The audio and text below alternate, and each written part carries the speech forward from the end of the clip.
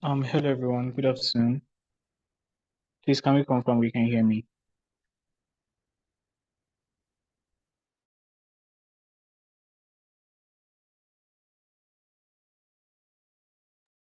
Good afternoon. Please, can we confirm that we can hear me?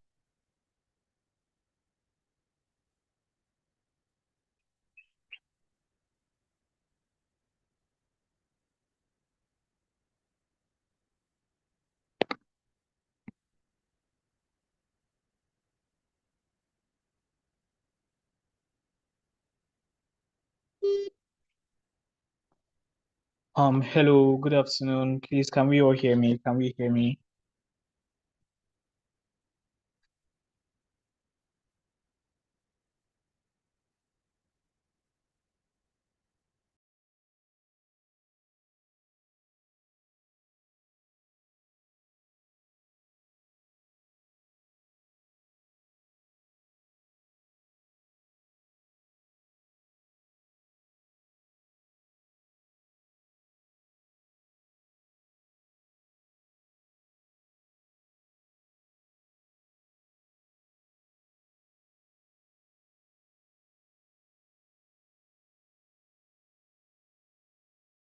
Good afternoon. Please, if you can hear me, welcome to class. I want to assume we can, right? So please, I would like to encourage us to reach out to other mentees in our groups to let them know that we have started class. We are very, very few in this class as compared to our number on the main group. So please let us try to join in on time. All right, thank you. Thank you as you join in. So we would be commencing class now. Right, welcome to the session today. Welcome to the session today. We are in week 4 of the JIIPCC Mentorship and Internship program. And our topic for today is FinTech contracts and transactions, right? So that's what we'll be discussing in class, and the way we'll be taking or the process by which we'll be following in today's session in terms of our agenda would be we'll be taking um we'll be doing introduction of the mentors that are supposed to be in class, and then we'll be doing introduction of the mentors that are supposed to be in class, and then we'll take mentees presentation, then we'll take the discussion from mentors, and then we will also take the discussion from mentors, and then we'll take feedback from mentors and questions, and that will be that for today. Right. So immediately after we're done with introduction, we'll go ahead and start with presentation from the mentors. So please, group presenter, if you are in class with us, we would like for you to prepare for your presentation. We'll be having just one group make presentation in class. So please, group one, try and get ready for your presentation. So just to introduce our mentors, our first mentor for today that we're expecting to have in class is Mr. George Onyewuchi. Mr. George, Mr. George is currently heads FinTech engagements for First Bank and its subsidiaries across Africa, and is at its Digital Innovation Lab, setting up and driving the bank's fintech strategy. George is a link that connects technology, business, and ecosystem partnership. He is at the intersection of products partnership, and ecosystem building. He has led the tech solution products developments for the SME banking business for a leading commercial bank, and has taken numerous financial and non-financial products from idea to market and growth.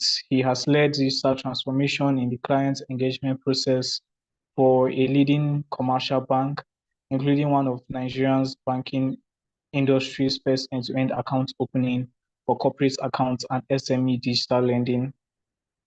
SME digital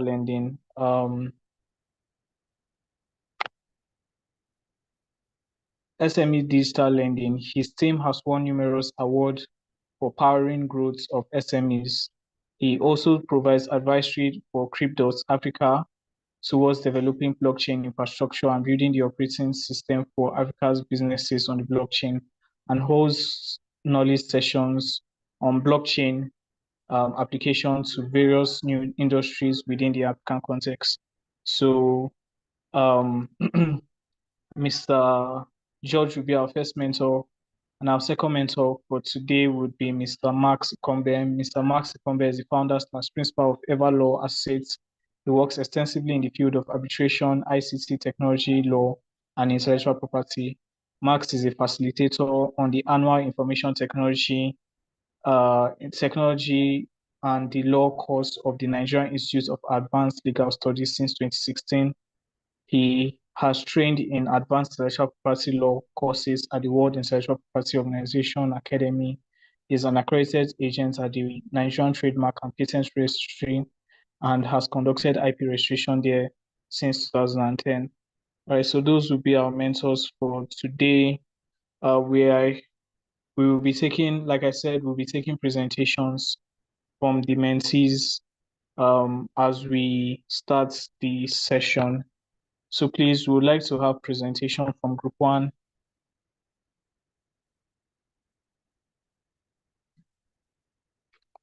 So we'd like to have presentation from group one. If the group presenter for group one is available, please, you can go ahead, start sharing your slides and start off your presentation.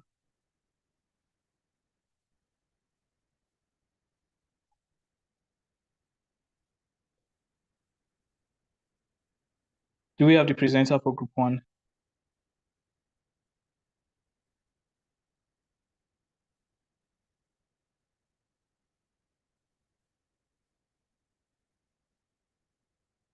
Please, can we confirm that we can hear me?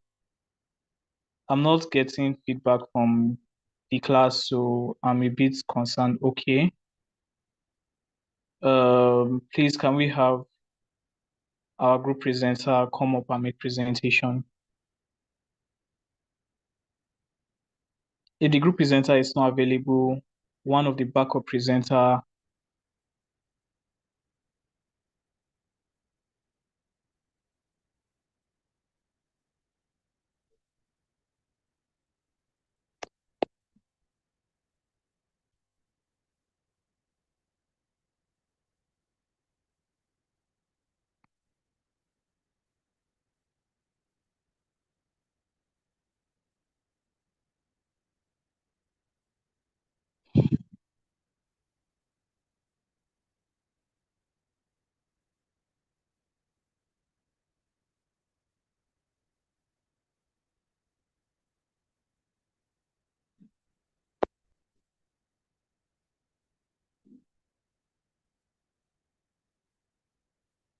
Do we have the presenter for group one in class? Please, let's take our presentation quickly. Yes, I'm in class. All right, thank you so much, Doctor. Right, please, you can go ahead. You can share your screen and then start your presentation. All right, sir.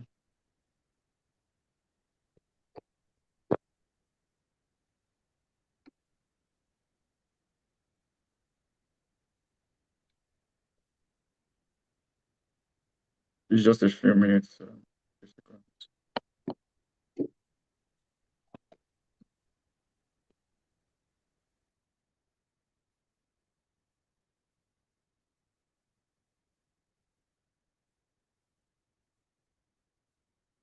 Can you see the screen, sir? Yes, we can see your screen. All right. Good afternoon, everyone. My name is Ajano Kwayotunde, and I'm the presenter for Group 1. So the topic we're given is blockchain and smart contracting, FinTech. Then we should look at the regulatory framework for FinTech transactions. So we need to begin with the definition of blockchain and smart contracts. Like we need to get the concept out of the way. So blockchain is basically a decentralized ledger, which is what I mean by that is a ledger is a book of accounts, and then it decentralizes. There's no single authority there. So it's shared across various networks of computers. So it's basically digital accounts of transactions, and it is stored securely, transparently, and permanently. So once it is saved, all users or users of blockchain can see the details of the transactions, and then it is permanent. So it functions like a notebook that thousands of people can share. So basically, an example is if you transfer 5,000 naira to a friend, blockchain records it. So you and the friend can see it, and then no one can deny it. It is permanent. Then the next is smart contract. So as you know, contracts is a legal agreement between two or more people. So smart contracts are basically self-executing contracts. Normally when we have contracts, you always need like a lawyer or a broker or investment banker to like um execute the contract or just go over the details to ensure that everyone gets what the contract said. But like smart contracts are self-executing in the sense that once all the conditions are met, the predefined conditions are met, then the benefits of the contract goes to the various parties in such transactions. So it is a way of executing contracts without delay or cost or any bias. So once the conditions are met, then you get the benefits. So for example, a loan contract will release funds once you provide the collateral. So the concept of smart contracts was developed by Nick Szabo in 1994, and then it really became practical in 2015 when Ethereum was developed. So Ethereum allowed for complex automation of Bitcoin's simple ledger. So the way it works is you could in Ethereum, you have if and then conditions. So let's say, for example, um, we were to conduct a transaction on Ethereum. So let me use two names, Ayo and Bob. So like Ayo wants to rent an apartment from Bob, and then the amount is like 1 Ethereum. So the developer writes a code using the language called Solidity. So it's that code that will help in performing the transactions. So once the 1 Ethereum is accepted, they can do the transaction like that. And then once all the conditions are met, the if and then conditions are met, the apartments will go over to Ayo. So that's how it works basically. So today, smart contracts run everything from peer-to-peer lending platforms to global supply chains. So how has smart contracts revolutionized FinTech? The first thing, which is the obvious one, is it has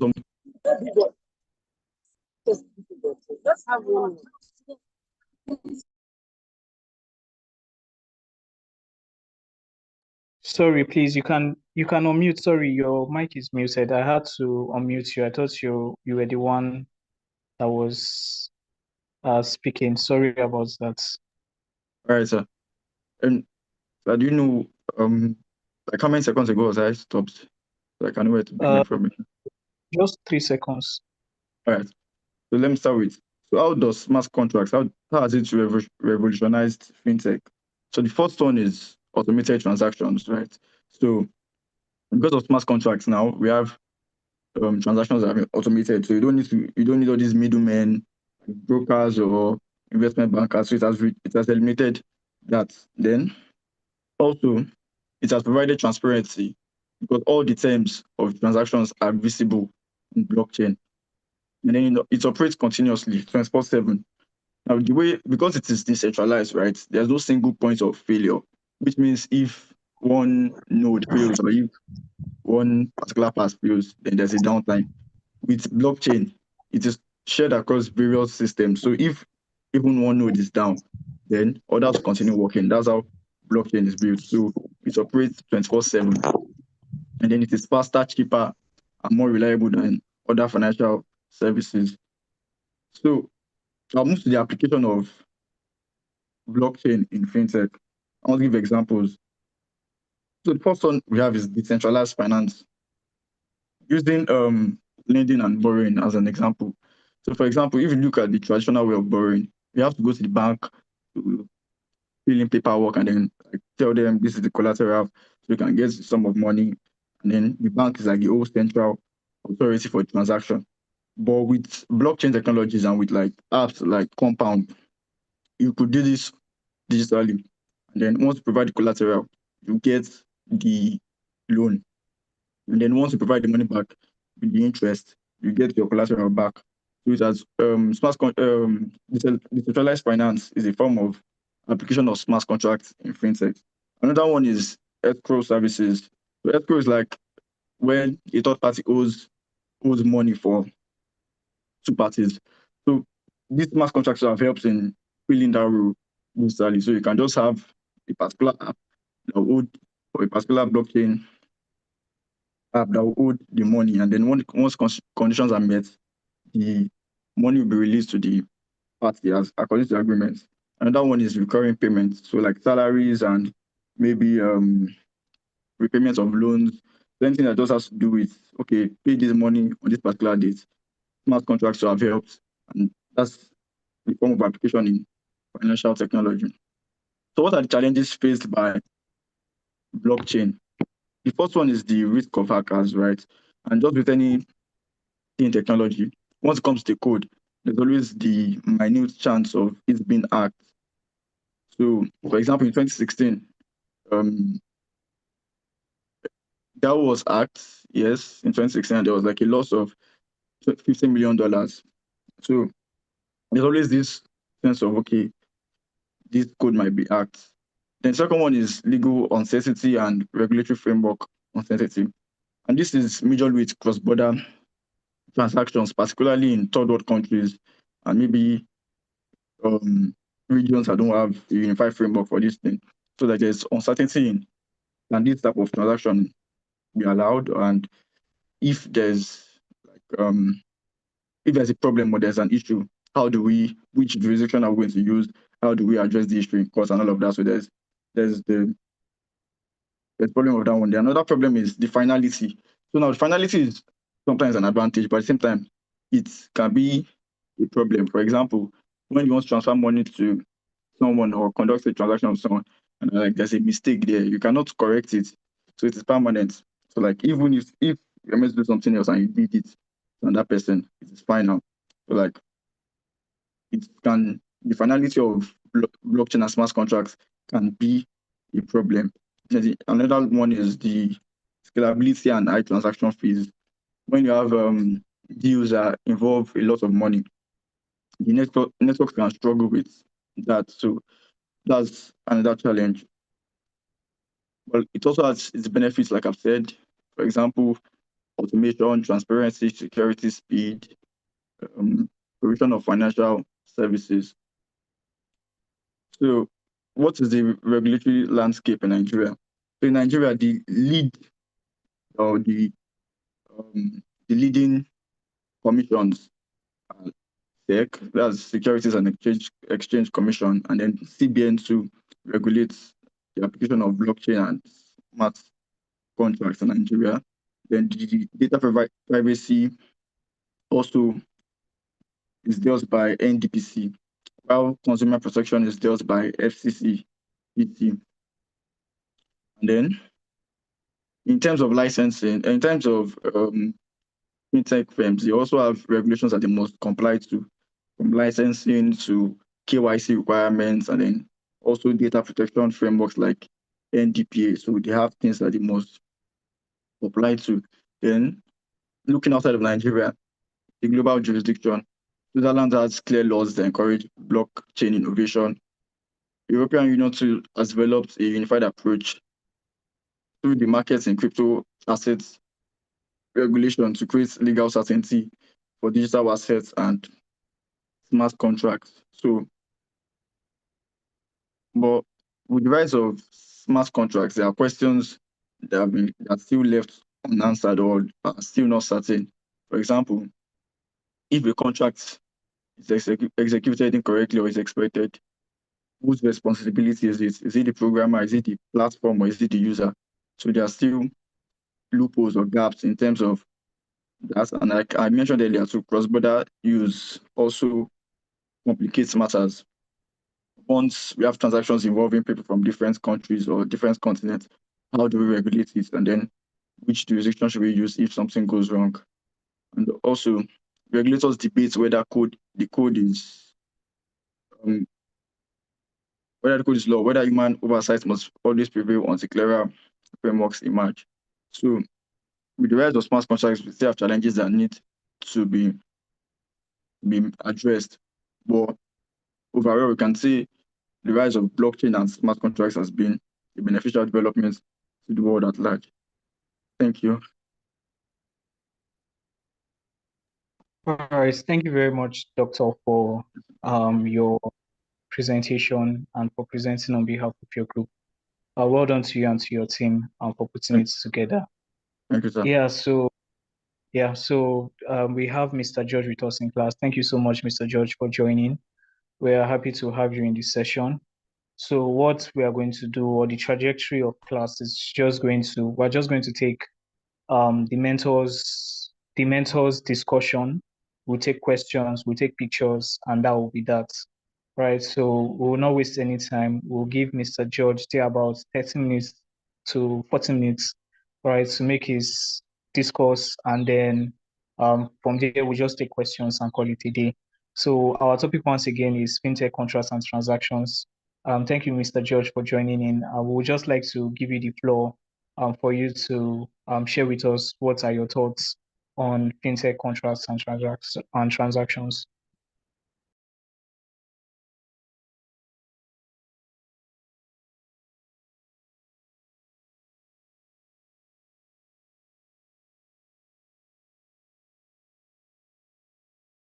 Yeah, can you hear Hello, me? Mr. Yeah, Okay, can you yeah, hear me? yes, sir, we can hear you. Okay. Good afternoon, everybody. Sorry, I actually got in a bit late. I kind of do a lot of travels over the weekend these days, so I'm always on the move. Just to clarify, is it fintech contracts or fintech? Is it smart contract or contract? Because I noticed the presentation was on the blockchain side, but the topic you read out, I think you said fintech contracts in transactions. So is it fintech contracts or smart contracts, so that we can, So, so that it's clear? yes, it's just fintech. The broad topic is fintech contracts and transactions. Part of the Okay. subtopic involved or included blockchain and smart contracts. Okay, that's fine. Okay, that's fine. All right. Thanks for the clarification. All right. So probably it's actually it's actually a good place to um start. All right. Looking at the um, on the global or the general bits around fintech contracts, and then we'll now also narrow or quickly do a dive into the smart contract subset of contracting, right, powered by blockchain technology, right. Generally, fintech transactions, right, are guided by contracts, right. Generally, some of those contracts you enter subconsciously. Some of those contracts you enter consciously. A lot of time when we take services from fintechs, you always see when you're signing up, you always see terms and conditions. Sometimes you always see pricing. Sometimes you don't even see pricing; is already presumed. Sometimes you're filling some bit of forms that are embedded in what we call fine text or the small print. But you enter into these contracts without consciously knowing that you're entering contracts, right? So anything that guides that transaction, particularly as it relates to pricing and delivery of value, it's always guided by a contract. Sometimes it's not in the form of how we look at contracts, looking or thinking about it, whereby you prepare a very big voluminous document by a legal person. This party reviews, this other party reviews, this party countersigns, and the other party, this party signs, and of course the other party countersigns, right. That is what we typically have in mind when we talk about contracts, right. But contract really is, it's just an agreement between parties, whether two or more parties, to certain predetermined terms, right. Whether it's transaction related or otherwise, right? As long as they are predetermined clear terms or predetermined clear things you have detailed in hard prints, and you agree by giving that consent. It can come in form of a signature, manually signed. It can come in form of digital signature by via acceptance of such terms, right? So immediately you accept the terms and condition, you have already intrinsically entered a contract, right, with the person or the fintech offering you those terms and conditions. So on a broader level, contracts basically guide every transactions within the fintech space. Now there are different forms of transactions, and of course there are different forms or categories of these contracts, right? When you start by looking at the who are the parties involved. Now it can be between you as a fintech, right, and you regulators. It can be between you as a fintech and your other service providers or partners, right? Whether it is your vendors or whether it is people you're getting service from, right? To be able to power your own service. So you're a fintech and you need banking related service. You need to get a partnership with the bank or an MFB to use their licensing, to use their infrastructure to deliver, to deliver on your service, right? Your fintech, you have vendors that you are contracted to, or vendors that supply you one or two things. Probably, for example, you print out, you're into banking services and you want to start distributing cards, right? Debit cards, and then you enter into a contract with a vendor that supplies cards, right? That you now print your customers' information on. So that contract can be with partners, all right, vendors alike, whether it's service provider partners or vendors alike, all categorized in the bucket of partners. So you have the contracts with your regulator, so that guides how you operate and how you transact, right? You have contracts that you get into with your partners, and of course you have contracts that you get into with your staff, like your internal operations, whether it's your owners, whether it's anybody that contributes resources towards that fintech, right? When you sign employment contract, or when you do your employment as acceptance, that is a form of contract, right? And you are involved in fintech financial transactions in ways that you are not conscious about, because remember that it is human beings that actually do business. Organizations um, are just a nomenclature. It is still directed and implemented or executed by actual human beings that are staff to this organization. So the parties to these transactions that are being carried out by the fintechs, right, are also very much in that whole, ecosystem of financial transactions, or ecosystem of fintech transactions. And then, of course, the last category of guys, which are your customers, and the most important of them all, right? The contracts that you enter with your customers or people you provide services to. So these categories of persons, your regulators, your partners, your staff, and of course your customers are in various ways, categories of people that play in that entire ecosystem of fintech transactions, right, in different facets, and of course of different forms and ways, and different kinds of contracts are in and entered, right, depending on what the parties are actually going about. Now we're going to narrow a little bit into the part around partners, because for the most part, that is going to come very heavy, especially when we now go into the blockchain part, and of course the part around customers. Now, I've talked about contract generally, right, and I'm going to take a subset on smart contracts powered by blockchain, right? What makes it unique, or how this has evolved or became a thing, is over the time and over the years, as the space evolved, right? The thing about contracts is that when people come into agreement, especially agreements that a lot of times are subconsciously entered, right? It gets to the point where one party at some point feel aggrieved, right? Because when execution have happened or financial transactions take place, and they don't believe that the terms or the outcome of those financial transactions is in line with expectation, then there's a bit of disagreement, right?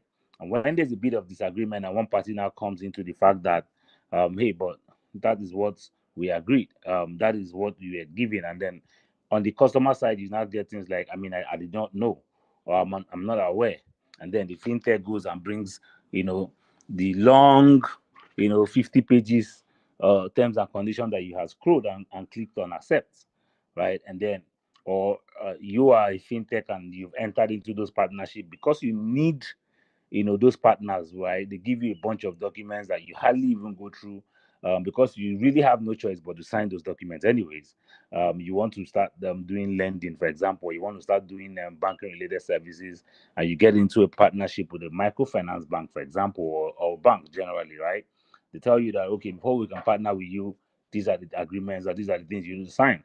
Most times, because for the most part, you know that you have no choice anyways, you need them, and your options are limited. You just go ahead and sign, and then sometime in the future, you're growing, and you just find out that you're literally working for these organizations, because probably 90% of 95% of your revenue, it has to go to them in different kinds of fees, or different kind of commissions, or different kind of charges. And then you realize one day that, like, look what's going on, and they say, hey, these are the terms of agreement, and these and these and these and these and these are what we signed. And then you begin to feel used, right? So a lot of those times, these contracts become problematic. One party wants to now back out, or one party wants to now renegade in fulfilling their end of the process, because they believe that for whatever reason they either hold the upper hand, or they don't agree to the terms of the contract after the fact of signing that contract. So these levels of gaps began to ensue, and blockchain as a technology, which has proven itself to be a very veritable and immutable technology, came to the rescue, and that introduced the concept of smart contracts, right? Smart contracts being literally self-executing contracts that are entered, within by two or more parties, right? Leveraging the blockchain technology to self-execute once the condition of such contracts has been met. So it's a kind of system where, when you want to go into a contract with someone, and they create a smart contract around that those particular terms, it self executes itself. It doesn't need anybody to trigger it. It doesn't need anybody to implement it. It self executes itself at points where the conditions of that contract have been met. If um, for example, you create a smart contract where people are supposed to do X number of things, and if they're able to do X number of things, or probably somebody is supposed to get X number of value after he fulfills, one or two or three conditions, yeah. And by the time he fulfills the third conditions, you want to change the goalposts. You want to now remember that while he was doing this, or one or two economic situations have changed, or one or two facts has changed while he was fulfilling the terms of those conditions, and then you then not now fulfill your end of the divide, and then there becomes a dispute. With smart contracts, the person has to just go to sleep and worry about fulfilling their own conditions to trigger that smart contract. Because once that condition 1, 2, 3 has been met, you don't need to be at the mercy of the other party, to get the value of the contract. The contract self executes itself. And because of one of the most important features of the blockchain technology itself, right? Which is the immutability. So you cannot change whatever it is that have been already executed on the blockchain, have been written to those ledgers, because of the nature of how transactions are written or committed to the blockchain, right? These things are done in tens and tens and thousands of entries simultaneously. So you need to be able to change a long line of a long line of transactions that have been already committed or written to the ledger, right, of the particular node that you are in. So it makes it harder, to change, because at almost every point in time, there's a copy of the original thing in so many of the distributed databases, and there are so many of the distributed computers connected to the network. So you have to go around the world to really be able to, change all the records, completely, to be able to achieve that level of change. So you don't even attempt what is not possible, right? And that is why that immutability of it becomes a strong factor. So because of that, those contracts can't be changed.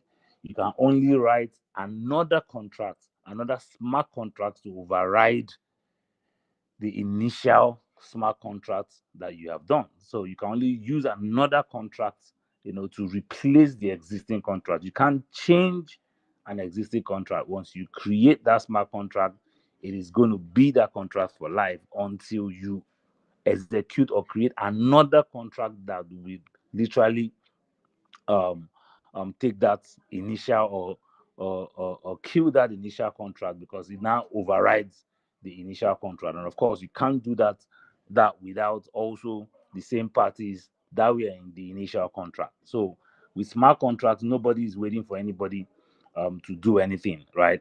It executes once all the conditions of it is done. And we've seen it play out mostly within the blockchain space, when various either between the fintech and the partners, and the fintech and the customers, right? These two ends are most of the people that use the smart contracts in entering contract. One of the use cases that has become popular in given times are things around, let's say, interesting one that really caught my eye in recent time. How will today somebody writes a will, right? The person dies, and then the will that has been written, passed on to, signed with the legal team, signed with his legal partners, that is now supposed to implement or execute or carry out the will, to whatever beneficiaries that have been given various assets within the will, right? Um, and then today we know it's so many situations where people die, and then their will, because of conniving with the lawyers, wills are being changed, right? The terms and conditions are being changed. Somebody leaves a company, and passes on the company, can even be a fintech company, right? To boards of directors that are shareholders, and then when the person exits, or when the person passes away, so many things are done to change, all the distribution of equity that is in that company that the person has left behind, right? But we have situations where today enforcement of will or contracts of will are, put even in the blockchain system through smart contracts, whereby, at the point where whatever conditions are met, like, the uploading or the registration of debt, right? Confirmation of registration of debt of the person, it triggers the execution of that will, right? And whatever it is that the beneficiaries, of that will is supposed to get, it self-executes it to the beneficiaries around on that will, right? Within the financial space, we have situations whereby companies have already set how transactions, income around transactions are supposed to operate, or are supposed to be calculated and put in smart contracts, whereby at various terms or various conditions that you've met. You signed up 10,000 users. Your rate is supposed to change, to X number of X transaction per month that you're supposed to do, and then your rate changes to being charged something else. Tomorrow, the company can decide to modify it, and when you get to 10,000 customers, they are still charging you either the same thing or they've reviewed their pricing. But if that was a smart contract that you entered, immediately you get 10,000 customers or 10,000 users, your pricing changes, and the company that is offering you that service can't modify it otherwise. So basically, the smart contract component of contracting, it does exactly the same thing, but with an extra power of self execution, all right, and then with an extra guarantee of immutability, right, being able to self execute, right, upon conditions met for the contract, and of course, being able to um, uh, guarantee that it's not going to be changed in any way or form because of the immutability of the blockchain. So it's basically to give us a little bit of insight into how smart contracts using the blockchain differs from the general concept of contracting. And then, of course, lastly, within the fintech space, generally, contracting, especially when it comes to financial transactions, right, or in transactions, is just a function of, depending on who the parties are, the nature of the contract is. It's just as regular as any other form of contracting. Some of them are intrinsic, conscious, unconsciously done. Some of them are consciously done. When you're doing with the regulators, right, it is very clear. You don't even have a choice, right? You enter into, they give you all the necessary licensing. When you enter into acquire a particular license, it's a contract you are entering into with that license, because the terms for which are captured in that license, when you are issuing that license, you can't change it. Yeah, you can't. You must adhere to it, and it's something that you can't even have an opinion against. Yeah, even though you signed up, to acquire that license, right? But within parties whereby you're partner to the fintech or your vendor to the fintech, it's more conscious because you have subject to sending it to your legal team, the review, this other guy review, make comments, and they sign. So there you have a bit of the two-way communication around the contracting with whatever terms and transactions that is being ensued. The contracting between the fintech and the customer, a lot of times it's more intrinsic because it's more or less customer accepting terms, for which services that they are going to, be able to acquire is given to them. And most of them are hidden in digital contracts that are in fine print. So if you don't have the opportunity to have a legal team that is able to give you implications of those contracts, because you want to enjoy the service, you just say yes, or you just say accept.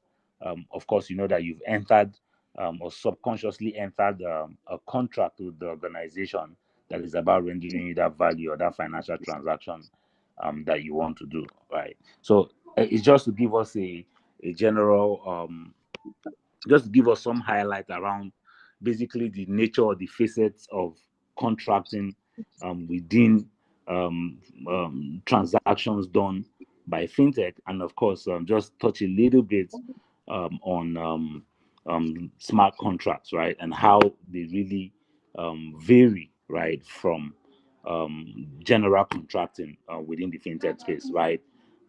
Just with two major elements, right? The element around um, self execution, and the element around immutability, which is like the really, really strong difference among the other things that really makes it stand out.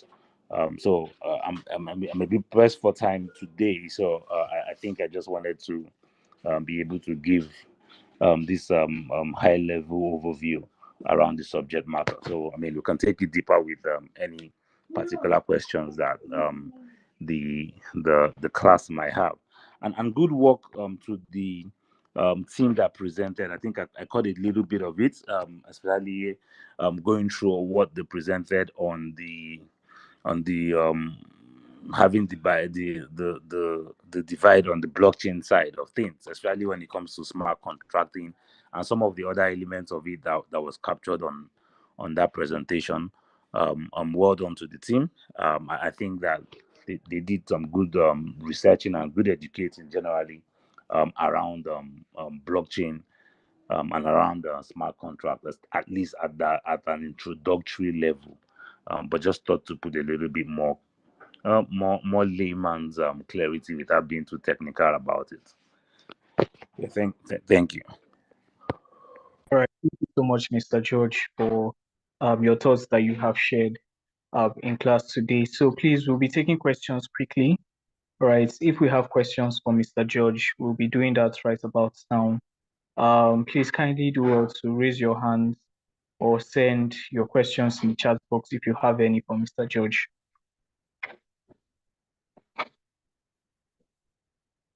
Do we have questions? Please, we can go ahead. Do well to ask questions if you do have any. Like I said, you can send your questions to the chat box or you can raise your hand.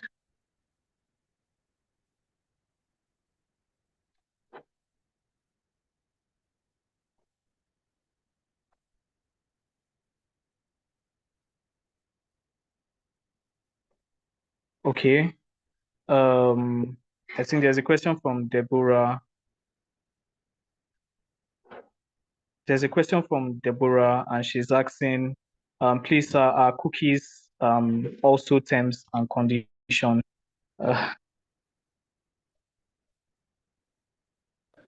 Sorry, can you take that again? I didn't get that. Deborah is asking if cookies, that is those cookies on websites, if they are also terms and conditions, or if you can also refer to them as terms and conditions. Yeah, very correct. And let me also explain something. And thanks for that question. You know, every time we see, if we have been following closely, especially in recent times, you see Google gets fined to $1 billion or £1 billion. I think recently Facebook too and Google also got another set of fines from the European Commission. Under the GDPR Act, they've gotten some fines, in recent times. And their fines are always very heavy, right? In hundreds of millions of dollars or hundreds of millions of euros. To see them get fined for, data, how they've used, consumer data, right, and sell those data to third parties for third party consumption or advertising or whatever the third parties use those data for. How do they get, this data, right?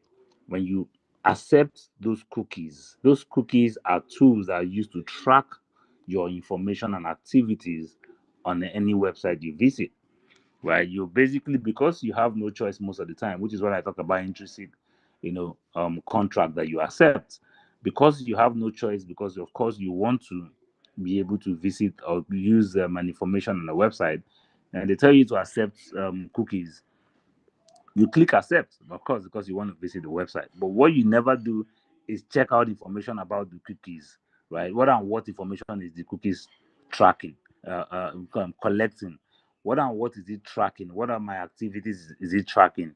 What is it saving? Right? What of my information is it saving? And who are the users of that information? Is it going to be giving third party access to that information?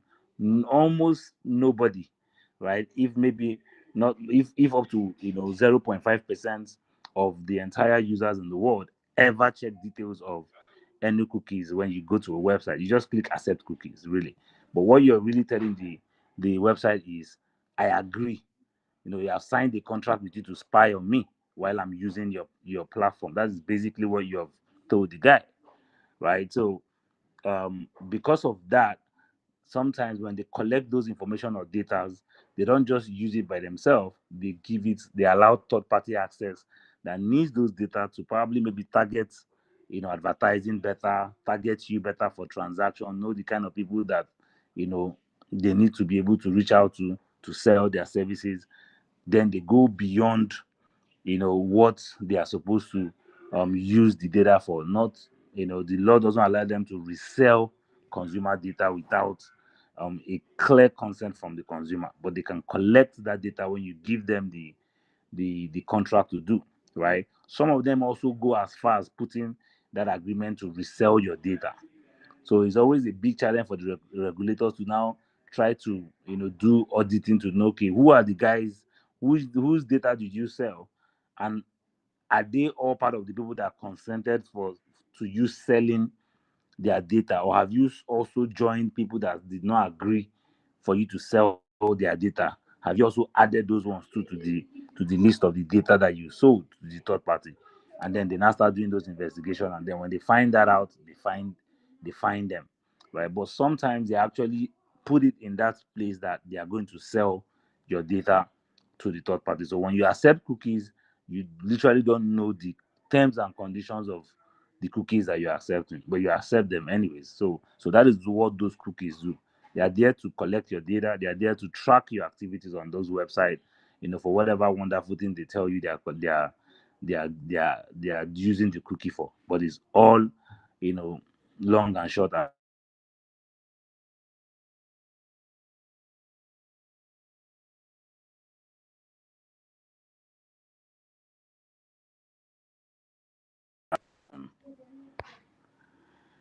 All right, thank you so much, Mr. George, for helping us with that question. I think there's a little bit of there's another question here, but it's saying that can we get a sample of a draft for various fintech contracts? I think the way I would rephrase this question, sir, is sir, are there places where our mentees can be referred to if they want to see what a typical fintech contract looks like, where they can go and look for those kind of drafts or examples? Um, Google is your friend, and AI is your family member or your brother on that one. If you go to Google today, you don't even need to even buy paid templates, right? There are a lot of templates around different kind of contract you want to enter, right? If you use AI today, like ChatGPT and Co, I want a contract template for X type of contracts, that can between myself and whoever you're targeting it to, right? Just prompt, the AI, you know, it will come up with a template for you. So that life has been made easier on that note. And unfortunately, a lot of even though it has hit, people that would normally make some pennies from from such services, right? And that's how, for example, AI is disrupting a lot of industries, right? So most of those things you can now just relate. Before now, if you go to Google, you might struggle to be able to, if you're not good in using search, you might struggle in how to use search, because even using search is a skill. You might struggle in how to use search to now, in the millions of responses you get, to now find the exact thing that you need. But with AI, if you prompt it very well, it just sieves through the heap of responses and just brings the answer to you instead of showing you where you go and find the answer. Right? It brings the answer to you. It just brings the exact type of templates that you're looking for. So learning how to use AI, learning how to prompt, how to write prompts, will just be able to help you get any template that you want, right? But however, you still need legal advice. You still need professional advice on, yes, you have the template, but how are you setting, right, that how you want to use that template is the right way, right, for you. So it doesn't throw away what do you call it now, legal advice or professional advice, depending on, financial advice, depending on what exactly you're looking to do. But it only just helps you get the resource, the material itself, if you already have advice or clarity on what you want to do. Just get, then it gives you the material. So AI is your brother on that one. Right prompting, you get any template you want.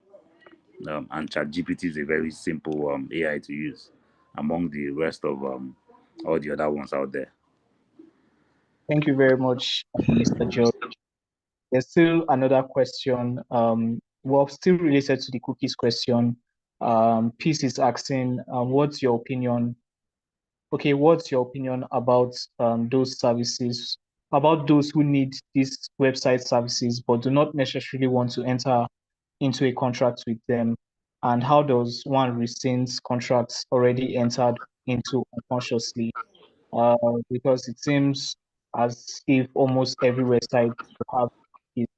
Or can I manage, or how can I manage my data? Should be, sorry, I'm trying to get your question. How can I manage my data should be used? Can I manage the way my How your data can be? data is used there. Honestly, so it depends on the platform. There are some robust platforms that give you the option. If you see them, they'll give you three options. Typically, most of them will give you two options: accept or don't accept. Some will give you a third option, right, to allow you to choose to modify what you want to accept. Whereby you can now see the breakdown of all the things the cookie wants to do, right, and then know what you would say yes to and know what you will say no to. Some of them, when you don't accept, there's some websites, right, when you don't accept, they don't stop you from viewing or doing what you want to do. You can still do what you want to do. You can still view. So you can say accept, no. You can still view. But even though they will tell you the website might not function properly, or it might not, the experience might not, blah blah blah. If you don't accept, some functions will not be activated, or some functions will not work. So you might not get what you want. They just put it in a way whereby they will just you will just want to accept. So you can decide not to accept and see if it's a website that makes it mandatory that without cookies, if you don't allow us to track you, you can't use our service. If it's that kind of website, then you have little option. Is either you really need that service or that information and you accept, or you're very mindful about your data and try and monitoring, and you say no, and you go and find an alternative website that would give you the answer without mandating you to be tracked with the cookies, right? So it really depends on how serious or how sensitive you are to that whole data collection, right? Your data being collected by them, how sensitive you are on it, and then how much time you have, jumping through and looking for alternative, right, that would not hold you to ransom about it. It's also how much time you are. For the most part, for me, speaking on the personal notes, right, I just accept and move on. Yeah, I know they're collecting my data. Yeah, I know that they're tracking me. If I don't have anything I'm worried about in what they are tracking, especially when I'm not doing anything wrong. Yeah, they're tracking my behavior. Yes, they know me better than I know myself. It's the price I pay for the service that I want to get, and I move on, right? So it's just like if Google say tomorrow, because they are tracking you and you're using Google Maps, and you say I'm not going to use Google Map, well, you have to deal with asking questions to find your destination. While you're moving to somewhere that you don't know, you have to keep stopping and asking people, yeah, please, where this particular street is, and go left, go right. And other than just going to the Google Map and allow Google Map to seamlessly take you there without you having to disturb anybody, and you just go straight to your destination. So it's really about how much you really want that service, and how much you're really sensitive enough to look for alternative that will not hold you to ransom for tracking. On a personal note, I really care less about my data that anybody is collecting, as long as I get the service I want. It's a little price I have to pay, especially when it's a free, when I'm getting it for free, right? When I'm not paying when I'm on that website. I don't mind. It's the currency I pay for it, and that's how they also make monies anyway, to keep that platform running. So I guess it's somewhat a fair exchange.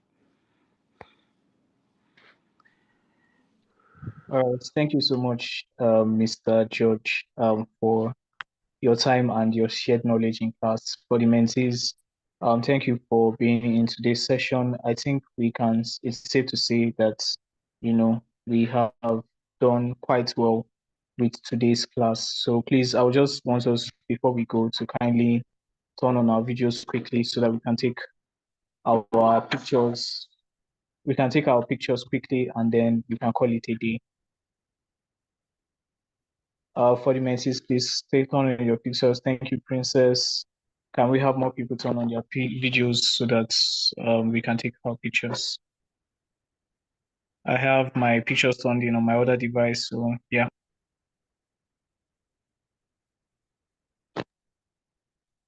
All right, thank you, Deborah. Thank you, Rosemary.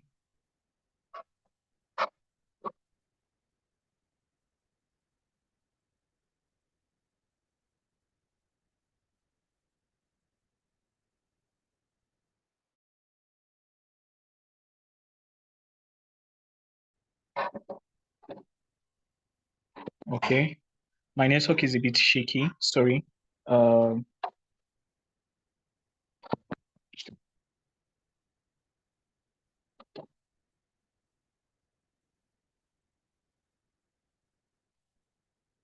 right, we are done. Thank you, everyone.